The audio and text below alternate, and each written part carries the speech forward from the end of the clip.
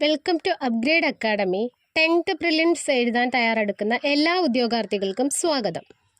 സമസ്ഥിതിക്കായുള്ള രാസസന്ദേശങ്ങൾ എന്ന പാഠഭാഗത്തിൻ്റെ തുടർന്നുള്ള ഭാഗങ്ങളാണ് നമ്മൾ ഇന്ന് ചർച്ച ചെയ്യുന്നത്. എല്ലാവരും നമ്മുടെ ചാനൽ ലൈക്കും ഷെയറും സബ്സ്ക്രൈബും ചെയ്യാൻ മറക്കല്ലേ. സമയം കളയാതെ ക്ലാസ്സിലേക്ക് കടക്കാം. കഴിഞ്ഞ ക്ലാസ്സിൽ വളരെ കുറച്ച് കാര്യങ്ങളാണ് പഠിച്ചത്. എല്ലാവരും ക്വസ്റ്റ്യൻസ് പ്രിപ്പയർ ചെയ്തിരിക്കുമല്ലോ അല്ലേ? ഇന്ന് ഉപാപചയ നിയന്ത്രണം എന്ന ഭാഗം നോക്കാം. ശരീരത്തിൽ നടക്കുന്ന നിർമ്മാണ ശിഥിലീകരണ പ്രവർത്തനങ്ങളെ പൊതുവെ എന്ത് പേരിൽ വിളിക്കാം? നമുക്ക് ഈ ഉപാപചയം എന്ന് വിളിക്കാം. ശരീരത്തിൽ നടക്കുന്ന നിർമ്മാണ ശിഥിലീകരണ പ്രവർത്തനങ്ങളെ പൊതുവെ ഉപാപചയം എന്ന് വിളിക്കാം. ഉപാപചയ പ്രവർത്തനങ്ങളും ഹോർമോണുകളുടെ പ്രവർത്തനത്താലാണ് നിയന്ത്രിക്കപ്പെടുന്നത്. ഈ ശരീരത്തിലെ ഉപാപചയ പ്രവർത്തനങ്ങളും ഹോർമോണുകളുടെ പ്രവർത്തനത്താലാണ് നിയന്ത്രിക്കപ്പെടുന്നത്. കഴിഞ്ഞ ക്ലാസ്സിൽ ഏതൊക്കെ ഹോർമോണുകളെ കുറിച്ചായിരുന്നു പഠിച്ചത്? ഓർമ്മയുണ്ടോ? ഉപാപചയ പ്രവർത്തനങ്ങളെ നിയന്ത്രിക്കുന്ന മുഖ്യ അന്തസ്രാവി ഗ്രന്ഥിയാണ് തൈറോയിഡ് ഗ്രന്ഥി. അപ്പോൾ ഈ ഉപാപചയ പ്രവർത്തനങ്ങളെ നിയന്ത്രിക്കുന്ന മുഖ്യ അന്തസ്രാവി ഗ്രന്ഥിയാണേത്? തൈറോയിഡ് ഗ്രന്ഥി. തൈറോയിഡ് ഗ്രന്ഥി ഉൽപ്പാദിപ്പിക്കുന്ന രണ്ട് ഹോർമോണുകളാണ് ഏതൊക്കെ? തൈറോക്സിനും കാൽസിട്ടോണിനും. തൈറോയിഡ് ഗ്രന്ഥി ഉൽപ്പാദിപ്പിക്കുന്ന രണ്ട് ഹോർമോണുകളാണേത്? തൈറോക്സിനും കാൽസിട്ടോണിനും. ഏതൊക്കെയാണ്? തൈറോക്സിനും കാൽസിട്ടോണിനും. അപ്പോൾ ഉപാപചയ പ്രവർത്തനങ്ങളെ നിയന്ത്രിക്കുന്ന മുഖ്യ അന്തസ്രാവി ഗ്രന്ഥിയാണ് തൈറോയിഡ് ഗ്രന്ഥി എന്ന് പറയുന്നത്. തൈറോയിഡ് ഗ്രന്ഥി ഉൽപ്പാദിപ്പിക്കുന്ന ഹോർമോണുകളാണ് ഏതൊക്കെ? തൈറോക്സിനും കാൽസിട്ടോണിനും. ഇനി നമുക്ക് അടുത്തൊരു പോയിന്റ് നോക്കാം. Hypo thyroidism. ഹൈപ്പർ അല്ല, ഹൈപ്പോ തൈറോയിഡിസം. ഹൈപ്പോ തൈറോയിഡിസം എന്താണ്? ഹൈപ്പോ തൈറോയിഡിസം നമ്മൾ നേരത്തെ പറഞ്ഞു. എന്താണ്? ഉപാപചയ പ്രവർത്തനങ്ങളെ നിയന്ത്രിക്കുന്ന മുഖ്യ അന്തസ്രാവി ഗ്രന്ഥിയാണ് തൈറോയിഡ് ഗ്രന്ഥി എന്ന് പറഞ്ഞില്ലേ? ഇനി ഈ തൈറോയിഡ് ഗ്രന്ഥി ഉൽപ്പാദിപ്പിക്കുന്ന രണ്ട് ഹോർമോണുകളാണ് ആരൊക്കെ? തൈറോക്സിനും കാൽസിട്ടോണിനും എന്ന് പറഞ്ഞു. നമ്മളിപ്പോൾ ചർച്ച ചെയ്യുന്നത് ഹൈപ്പോ തൈറോയിഡിസം ആണ്. ഈ തൈറോക്സിനില്ലേ, ആരാണ് ഉൽപ്പാദിപ്പിക്കുന്നത്? നമ്മുടെ തൈറോയിഡ് ഗ്രന്ഥി ഉൽപ്പാദിപ്പിക്കുന്ന തൈറോക്സിൻ എന്ന് പറയുന്ന ഹോർമോണില്ലേ, ഈ തൈറോക്സിൻ്റെ ഉൽപ്പാദനം കുറയുന്ന അവസ്ഥയ്ക്ക് പറയുന്ന പേരാണ് ഇത് ഹൈപ്പോ തൈറോയിഡിസം എന്ന്. നമ്മുടെ തൈറോയിഡ് ഗ്രന്ഥി ഉൽപ്പാദിപ്പിക്കുന്ന തൈറോക്സിൻ എന്ന് പറയുന്ന ഹോർമോണിൻ്റെ ഉൽപ്പാദനം കുറയുന്ന അവസ്ഥയാണ് ഇത് ഹൈപ്പോ തൈറോയിഡിസം. ഇത് കുട്ടികളിലും മുതിർന്നവരിലും കാണുന്നുണ്ട്. കുട്ടികളിൽ കാണപ്പെടുന്ന ഹൈപ്പോ തൈറോയിഡിസത്തിന് പറയുന്ന പേരാണ് ഇത് ക്രിറ്റിനിസം. ഇത് ഭ്രൂണാവസ്ഥയിലോ ശൈശവാവസ്ഥയിലോ തൈറോക്സിൻ്റെ ഉൽപ്പാദനത്തിന് കുറവുണ്ടായാൽ എന്ത് സംഭവിക്കും? ശരിയായ ശാരീരിക മാനസിക വളർച്ച ത്വരിതപ്പെടും അല്ലെങ്കിൽ തടസ്സപ്പെടും. ഈ അവസ്ഥയാണ് എന്തെന്ന് പറയുന്നത്? ക്രിറ്റിനിസം എന്ന് പറയുന്നത്. അപ്പം ഹൈപ്പോ തൈറോയിഡിസം കുട്ടികളിൽ കണ്ടപ്പെട്ടാൽ അതിനെ ക്രിറ്റിനിസം എന്ന് പറയും. ക്രിറ്റിനിസം എന്ന് വെച്ചാൽ എന്താണ്?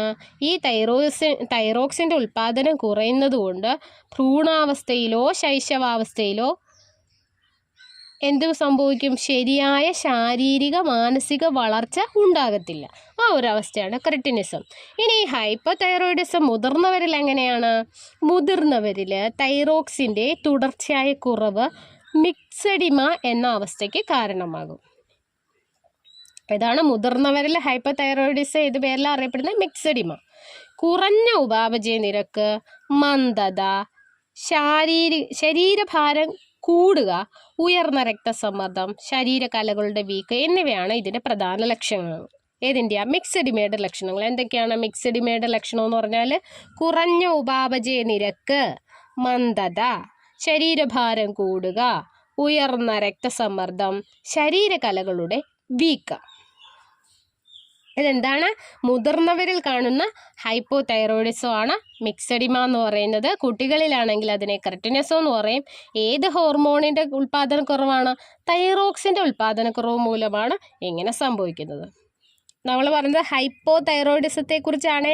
ഇനി അടുത്ത ആൾ വരുന്നുണ്ട്. ആരാണ്? Hyper thyroidism.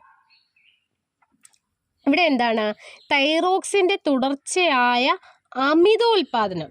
നേരത്തെ ഹൈപ്പോയിൽ കുറവായിരുന്നുവെങ്കിൽ ഇവിടെ കൂടുതലാണ്. തൈറോക്സിൻ്റെ തുടർച്ചയായ അമിതോൽപാദനം മൂലം തൈറോക്സിൻ സ്വാധീനിക്കുന്ന ജീവൽ പ്രവർത്തനങ്ങൾ ത്വരിതഗതിയിലാവുന്ന അവസ്ഥയ്ക്ക് പറയുന്ന പേരാണ് ഇത് ഹൈപ്പർ തൈറോയിഡിസം. ഉയർന്ന ഉപാപചയ നിരക്ക്, കൂടിയ ശരീര താപനില, കൂടുതൽ വിയർപ്പ്, കൂടിയ ഹൃദയമിടിപ്പ്, പിന്നെ എന്തൊക്കെയാ, ശരീരഭാരം കുറയുക, വൈകാരിക പ്രക്ഷുബ്ധത എന്നിവയൊക്കെയാണ് ഇതിൻ്റെ മുഖ്യ ലക്ഷണങ്ങൾ. അപ്പം ഹൈപ്പർ തൈറോയിഡിസം എന്ന് വെച്ചാൽ എന്താ? തൈറോക്സിൻ്റെ തുടർച്ചയായ അമിത ഉൽപ്പാദനമാണ്.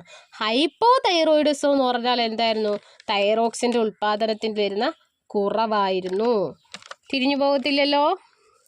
തൈറോയിഡ് ഗ്രന്ഥിക്ക് ഉണ്ടാകുന്ന വൈകല്യങ്ങളില്ലേ, ഈ നമ്മുടെ തൈറോയിഡ് ഗ്രന്ഥിക്ക് ഉണ്ടാകുന്ന വൈകല്യങ്ങളെ മനസ്സിലാക്കാൻ വേണ്ടിയിട്ടേ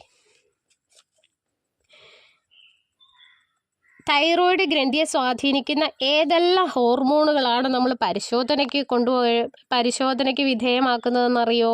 തൈറോയിഡ് ഗ്രന്ഥിക്കുണ്ടാകുന്ന വൈകല്യങ്ങൾ മനസ്സിലാക്കാൻ തൈറോയിഡ് ഗ്രന്ഥിയെ സ്വാധീനിക്കുന്ന ഏതൊക്കെ ഹോർമോണുകളാണ് നമ്മൾ പരിശോധനയ്ക്ക് വിധേയമാക്കുന്നതെന്നറിയോ? ഏതൊക്കെയാണ്? T3, T4, TSH. ഏതൊക്കെയാണ്? T3, T4, TSH. നമ്മളെ തൈറോക്സിൻ്റെ ഉൽപ്പാദനം കുറയുമ്പോൾ ഹൈപ്പോ തൈറോയിഡിസം, കൂടുകയാണെങ്കിൽ ഹൈപ്പർ തൈറോയിഡിസം ഉണ്ടാവുന്നു എന്നൊക്കെ പറഞ്ഞു. എന്താണ് ഈ തൈറോക്സിൻ്റെ ധർമ്മം? എന്തൊക്കെയാണ്? ഊർജോൽപാദനം വർദ്ധിപ്പിക്കുന്നു.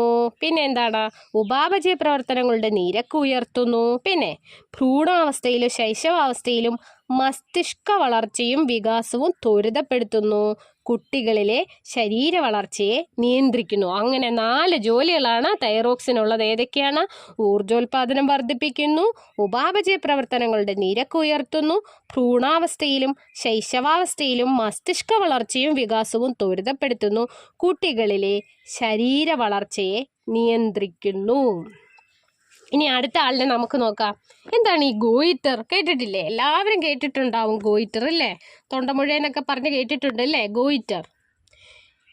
നമ്മുടെ ഈ തൈറോക്സിൻ്റെ ഉൽപ്പാദനത്തിന് ഒരാൾ ആവശ്യമാണ്, അത്യാവശ്യമാണ്. ആരാണ്?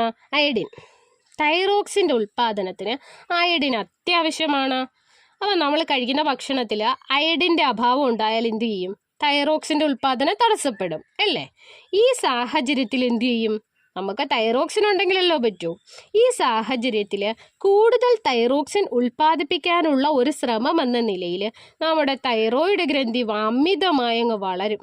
ഈ അവസ്ഥയ്ക്ക് പറയുന്ന പേരാണ് ഇത് ഗോയിറ്റർ. അയഡിൻ്റെ അഭാവം മൂലമാണ് ഉണ്ടാവുന്നത് ഇല്ലേ? അയഡിൻ്റെ അഭാവം മൂലം എന്ത് പറ്റും? തൈറോക്സിൻ്റെ അയഡിൻ എൻ്റെ സാന്നിധ്യം ഉണ്ടെങ്കിലേ തൈറോക്സിൻ ഉൽപ്പാദിപ്പിക്കാൻ പറ്റൂ. അയഡിന് കുറഞ്ഞാൽ എന്ത് ചെയ്യും? തൈറോക്സിൻ ഉൽപ്പാദിപ്പിക്കത്തില്ല. അപ്പോൾ ഗ്രന്ഥി എന്ത് ചെയ്യും? അങ്ങ് വലുതായിട്ട് കുറച്ച് കൂടുതൽ അങ്ങ് ഉൽപ്പാദിപ്പിച്ച് കളയാന്നും പറഞ്ഞ് വലുതായി വളരും. ഈ അവസ്ഥയാണ് ഏതെന്ന് പറയുന്നത്?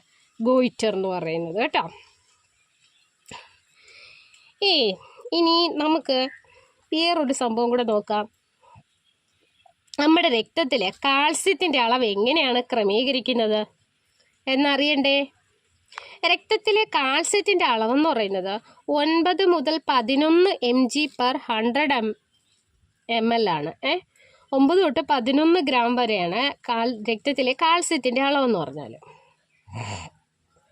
ഇനി അഥവാ നമ്മുടെ രക്തത്തിൽ ഈ കാൽസ്യം ലെവൽ കൂടുതലാണെന്ന് വെച്ചോ.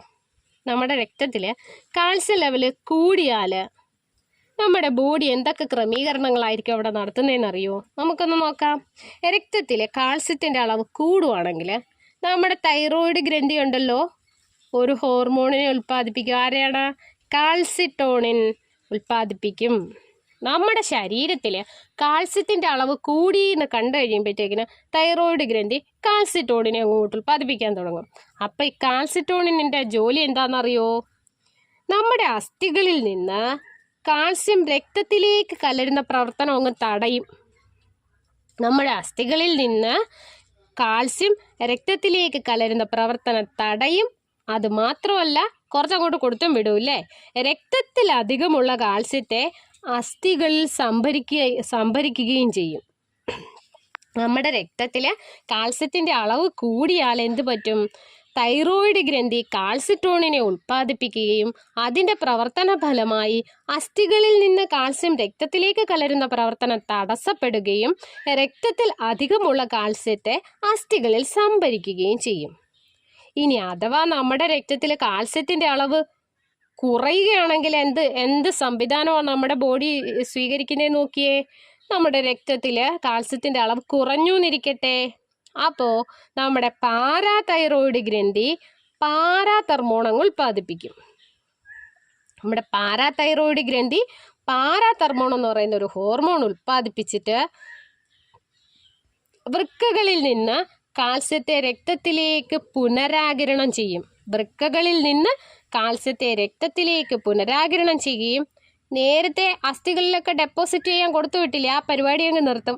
അസ്ഥികളിൽ നിന്ന് കാൽസ്യം സംഭരിക്കുന്നത് തടയും.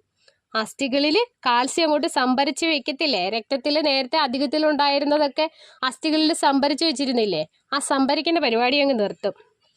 അപ്പം നമ്മുടെ രക്തത്തിൽ കാൽസ്യത്തിൻ്റെ അളവ് കുറയുകയാണെങ്കിൽ പാരാതൈറോയിഡ് ഗ്രന്ഥി പാരാതെർമോൺ ഉൽപ്പാദിപ്പിക്കുകയും വൃക്കകളിൽ നിന്ന് കാൽസ്യത്തെ രക്തത്തിലേക്ക് പുനരാകിരണം ചെയ്യുകയും അസ്ഥികളിൽ കാൽസ്യം സംഭരിക്കുന്നത് തടയുകയും ചെയ്യും. എങ്ങനെയാണ് രക്തത്തിലെ കാൽസ്യത്തിൻ്റെ അളവ് ക്രമീകരിക്കുന്നത്? നമ്മുടെ രക്തത്തിലെ കാൽസ്യത്തിൻ്റെ സാധാരണ അളവ് എത്രയാണ്? 9 മുതൽ 11 mg/100 ml ആണ്. രക്തത്തിലെ കാൽസ്യത്തിൻ്റെ അളവ് വർദ്ധിക്കുമ്പോൾ എന്താ സംഭവിക്കുന്നത്? തൈറോയിഡ് ഗ്രന്ഥി ഉൽപ്പാദിപ്പിക്കുന്ന ഹോർമോൺ ആണേത്? കാൽസിറ്റോണിൻ. ഇത് എന്ത് ചെയ്യുന്ന പറഞ്ഞത്? രക്തത്തിലെ കാൽസ്യത്തിൻ്റെ അളവ് കുറയ്ക്കും. രക്തത്തിലെ കാൽസ്യത്തിൻ്റെ അളവ് കുറയുമ്പോൾ തൈറോയിഡ് ഗ്രന്ഥിയുടെ പിൻഭാഗത്തായി സ്ഥിതി ചെയ്യുന്ന പാരാതൈറോയിഡ് ഗ്രന്ഥി പാരാതെർമോൺ എന്ന ഹോർമോൺ ഉൽപ്പാദിപ്പിക്കുകയും ഇത് രക്തത്തിലെ കാൽസ്യത്തിൻ്റെ അളവ് വർദ്ധിപ്പിക്കുകയും ചെയ്യും. കാൽസിറ്റോണിൻ്റെയും പാരാതെർമോണിൻ്റെയും പ്രവർത്തനം എന്താണ്? പരസ്പര വിരുദ്ധമാണ് അല്ലേ? ഒരാൾ ബ്ലഡിൽ കാൽസ്യത്തിൻ്റെ അളവ് കൂട്ടാൻ നോക്കും, മറ്റേയാൾ കുറയ്ക്കാൻ നോക്കും. ഇനി അടുത്ത ഒരു ഗ്രന്ഥിയും കൂടെ നമുക്ക് പെട്ടെന്ന് പഠിക്കാം. തൈമസ് ഗ്രന്ഥി. എന്താണ് തൈമസ്? നമ്മുടെ മാറെല്ലിന് പിന്നിലായി സ്ഥിതി ചെയ്യുന്ന അന്തസ്രാവി ഗ്രന്ഥിയാണ് തൈമസ്. ശൈശവഘട്ടത്തിൽ വളരെ സജീവമായി പ്രവർത്തിക്കുന്ന ഈ ഗ്രന്ഥി പ്രായപൂർത്തിയാകുമ്പോൾ ചുരുങ്ങി ചെറുതാകുന്നു. തൈമോക്സിൻ എന്ന ഹോർമോൺ ഉൽപ്പാദിപ്പിക്കുന്നത് ഈ ഗ്രന്ഥിയാണ്. അപ്പം തൈമോക്സിൻ ഉൽപ്പാദിപ്പിക്കുന്നത് ആരാണ്? തൈമസ് ഗ്രന്ഥിയാണ് അല്ലേ? യുവത്വ ഹോർമോൺ എന്നറിയപ്പെടുന്നത് നമ്മുടെ തൈമോക്സിനാണ്. ശരീരത്തിൽ രോഗപ്രതിരോധ പ്രവർത്തനത്തെ നിയന്ത്രിക്കുന്ന ടി ലിംബോസൈറ്റുകളുടെ പാകപ്പെടലിനെയും പ്രവർത്തനത്തിനെയും നിയന്ത്രിക്കുക എന്നതാണ് ഹോർമോണിൻ്റെ പ്രധാന ധർമ്മം. ഏത് ഹോർമോണിൻ്റെ? തൈമോക്സിൻ എന്ന ഹോർമോണിൻ്റെ. നമ്മുടെ തൈമസ് ഗ്രന്ഥി ഉൽപ്പാദിപ്പിക്കുന്ന ഹോർമോണാണ് തൈമോസിൻ. തൈമോസിൻ്റെ വേറൊരു പേരാണ് യുവത്വ ഹോർമോൺ. എന്താ ജോലി? ശരീരത്തിൽ രോഗപ്രതിരോധ പ്രവർത്തനത്തെ സഹായിക്കുന്ന ടി ലിംബോസൈറ്റുകളുടെ പാകപ്പെടലിനെയും പ്രവർത്തനത്തെയും നിയന്ത്രിക്കുക എന്നതാണ് ഇയാളുടെ പ്രധാന ജോലി. അപ്പം എല്ലാവരും കണ്ടന്റ് നന്നായി മനസ്സിലാക്കണം, ക്വസ്റ്റ്യൻസ് പ്രിപ്പയർ ചെയ്യണം. അടുത്ത ദിവസം നമുക്ക് അഡ്രിനൽ ഗ്രന്ഥിയെക്കുറിച്ച് പഠിക്കാം. താങ്ക്